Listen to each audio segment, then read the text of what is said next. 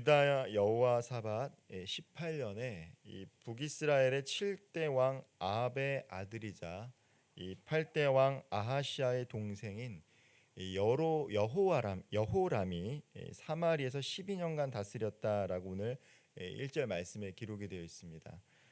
아합이 아버지죠. 그리고 형인 아하시아가 아들이 없기 때문에 이 여호람이 이 왕이 된 것입니다. 이제 8대 왕이 된 것이죠. 그리고 12년간 통치하고 있을 때 사건이 발생합니다. 특별히 이 성경에서는 이 왕에 대한 평가가 있는데요. 여호람에 대한 평가가 오늘 본문 2절 말씀에 기록이 되어 있습니다. 제가 다시 한번 읽어보도록 하겠습니다. 그가 여호와 보시기에 악을 행하였으나 그의 부모와 같이 하지는 아니하였으니 이는 그가 그의 아버지가 만든 바알의 주상을 없이 하였음이라. 하나님 보시기에 여호람이라는 왕은 악한 왕입니다. 정도의 차이가 있을 뿐이지 여호람도 그의 아버지 아합과 같이 마찬가지로 악한 왕이었습니다. 다만 차이가 있다라면 아버지가 만들었던 이 바알의 주상을 없이 했다라는 것이죠. 그러나 그 평가에는 악하다라고 평가하고 있는 것이죠. 이유가 있었습니다. 바로 그가 이 여로보암의 길을 따라갔기 때문입니다. 3절 말씀을 제가 다시 한번 읽어보겠습니다. 그러나 그가 느밧의 아들 여로보암이 이스라엘에게 범하게 한 그 죄를 따라 행하고 떠나지 아니하였더라. 이 바알이라는 이 우상 신을 이렇게 없앴지만 베델과 단에 있던 여로보암이 만들었던 금송아지를 없애지 않았다. 이것이 하나님 보기에 여전히 악했다라고 이야기하고 있는 것이죠. 여로보암이 왜 이 베델과 단의 금송아지를 만들었습니까? 이 남과 북이 르호보암 왕 때, 솔로몬의 아들이 르호보암 왕 때 남과 유다, 남유다와 북이스라엘로 갈라지게 됩니다. 근데 이 남유다에는 예루살렘 성전이 있어요. 신명기 15장에 보면은 중앙 성소 사상이라고 해서 하나님께서 지정한 곳에서 예배를 드리도록 되어 있습니다. 그렇기 때문에 이 북이스라엘 사람들은 예루살렘에 가서 제사를 지내고 예배를 드려야 했습니다.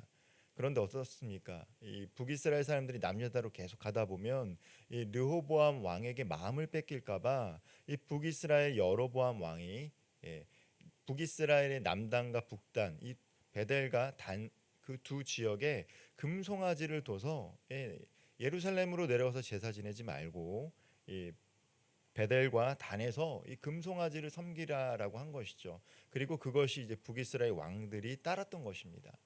이 여호람 왕이 이 바알은 없앴지만 이 베델과 단의 이 금송아지를 없애지 못했어요. 이게 정치적인 것이죠. 자신의 세력이 약화되는 것을 막았습니다. 그렇기 때문에 하나님 보시기에는 여전히 그 왕이 악하다라고 평가를 하고 있는 것이죠. 여호람 입장에서 베델과 단에 금송아지를 만들어 이스라엘 백성들이 제사 지내게 한 것은 정치적으로 옳은 판단이고 세상적으로 처세가 뛰어난 것처럼 보일 수 있습니다. 그러나 하나님 보시기에 여호람의 삶은 실패한 삶이다라고 성경은 명확하게 이야기하고 있는 것입니다. 왜냐하면 그가 악한 길로 갔기 때문이에요. 세상적으로 지혜롭고 처세를 잘한다고 해서 하나님 보시기에 올바른 평가를 받는 것이 아닙니다.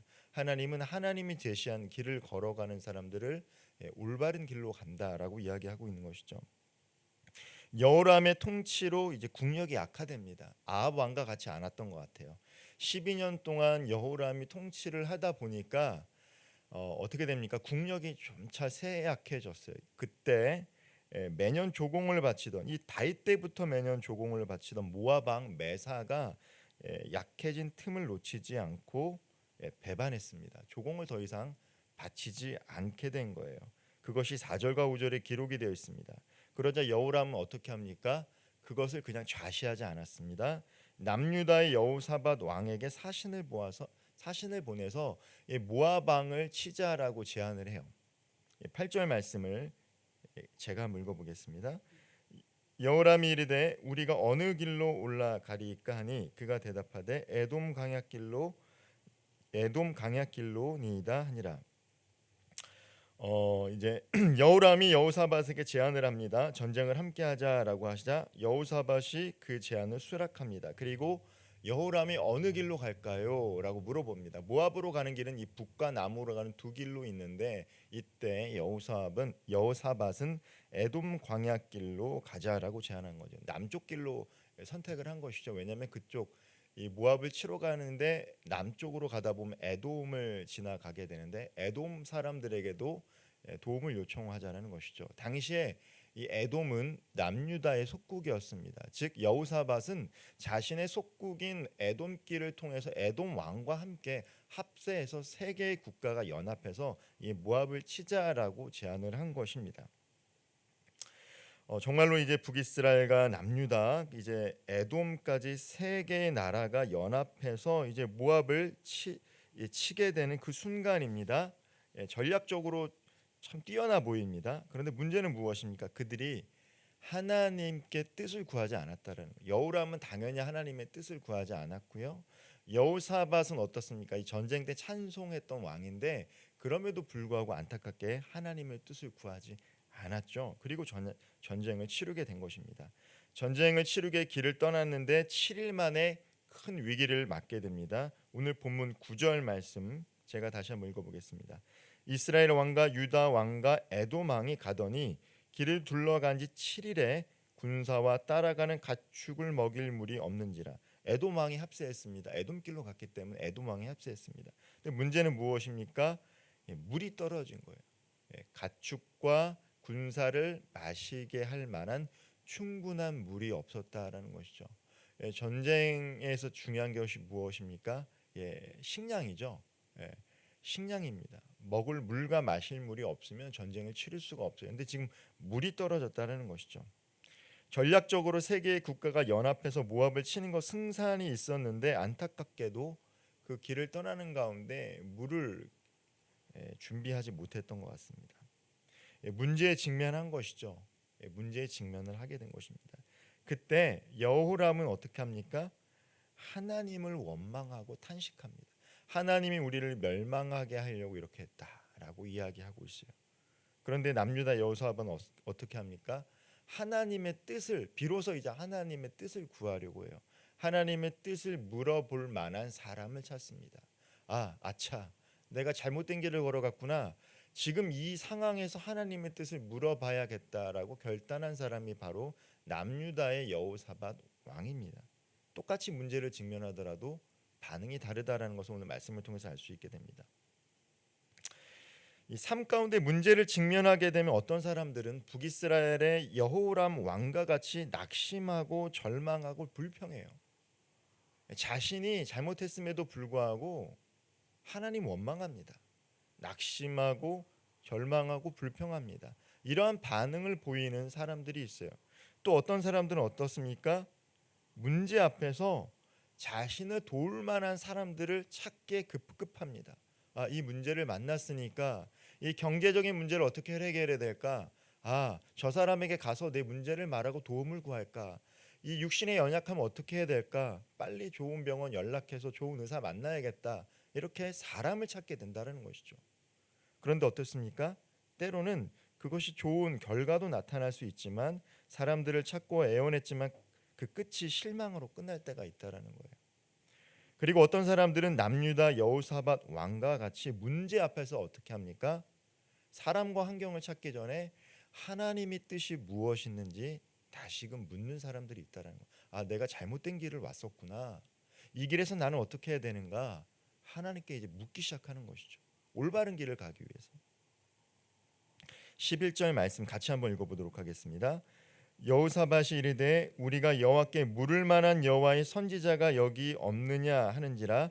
이스라엘 왕의 신하들 중에 한 사람이 대답하되 이르되 전에 엘리야의 손에 물을 붓던 사밧의 아들 엘리사가 여기 있나이다 하니. 여호사밧이 어떻게 하고 있습니까? 하나님의 뜻을 알고 싶어서 하나님의 사람을 찾고 있는 거예요. 본인이 하나님의 뜻을 직접 물어보면 더 좋지만 그러지 못했던 것 같아요. 그러니까 이 다윗 왕과 같은 영성이 없었다라는 것이죠. 다윗 왕의 영성은 무엇입니까? 전쟁을 치르기 전에 내가 올라가리까 내려가리까 아니면 가야 합니까 멈춰야 합니까를 하나님께 스스로 물을 수 있었던 사람이 다윗 왕이었습니다. 근데 여호사밧이 신앙이 좋았지만 직접 하나님께로 나아갈 만한 영성은 없었습니다. 그러나 그럼에도 불구하고 하나님의 사람을 찾고자 하는 마음이 있었던 것이죠.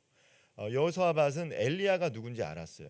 그러자 옆에 있던 사람이 엘리야의 손에 물을 부었던 사람, 그러니까 엘리야를 옆에서 잘 섬기던 수제자 엘리사가 이 근처에 있습니다라고 이야기를 하고 있는 것입니다. 그러자 이 왕의 신분이었음에도 불구하고 선지자를 오라고 이야기하지 않아요. 예전에 아합 왕 같은 게 어떻습니까? 엘리야를 부르면 엘리야가 왔어요. 근데 지금은 너무나도 다급해요. 그러니까 어떻게 합니까?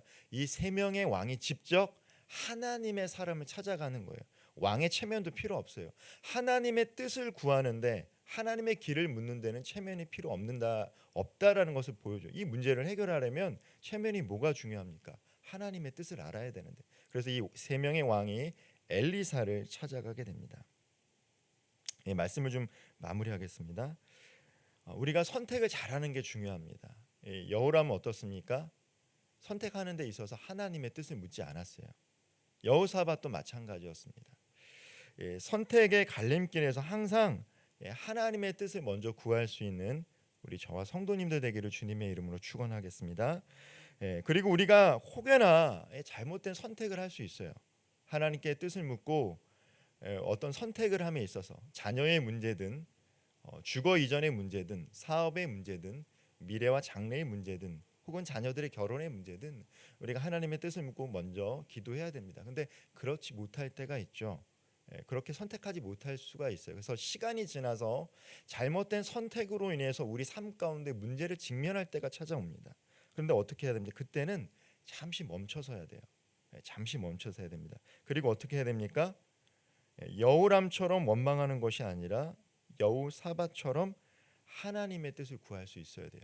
늦었더라도 하나님의 뜻을 구하고 하나님의 길로 걸어가고자 하면 하나님이 선한 길로 인도해 주시고 반드시 그 문제를 해결해 주시는 줄 믿으시길 바랍니다. 하나님과 동행하는 사람들은 여호와 니시 승리하시는 그 하나님을 경험하게 됩니다. 오늘도 이 삶 가운데서 늘 하나님께 묻고 하나님과 동행하는 삶을 살아감으로 매일의 삶 가운데 승리를 경험할 수 있는 저와 성도님들 되시기를 주님의 이름으로 축원드리겠습니다. 기도하겠습니다. 하나님 아버지, 오늘 무엇인가를 선택하는 데 있어서 먼저 하나님께 나아갈 수 있는 겸손함과 지혜를 허락하여 주옵소서. 인생의 큰 위기와 어려움을 직면할 때 하나님을 찾았던 여호사밧 같이 사람과 환경을 의지하지 말고 오직 주님만을 의지할 수 있는 믿음을 허락하여 주옵소서. 오늘 우리의 삶 가운데 우리의 발걸음을 멈추게 하는 일들이 있었다면 다시금 하나님께 나아갈 수 있는 전환점이 될 수 있도록 우리의 발걸음을 주님의 길로 인도하여 주옵소서. 예수 그리스도의 이름으로 기도합나이다. 아멘.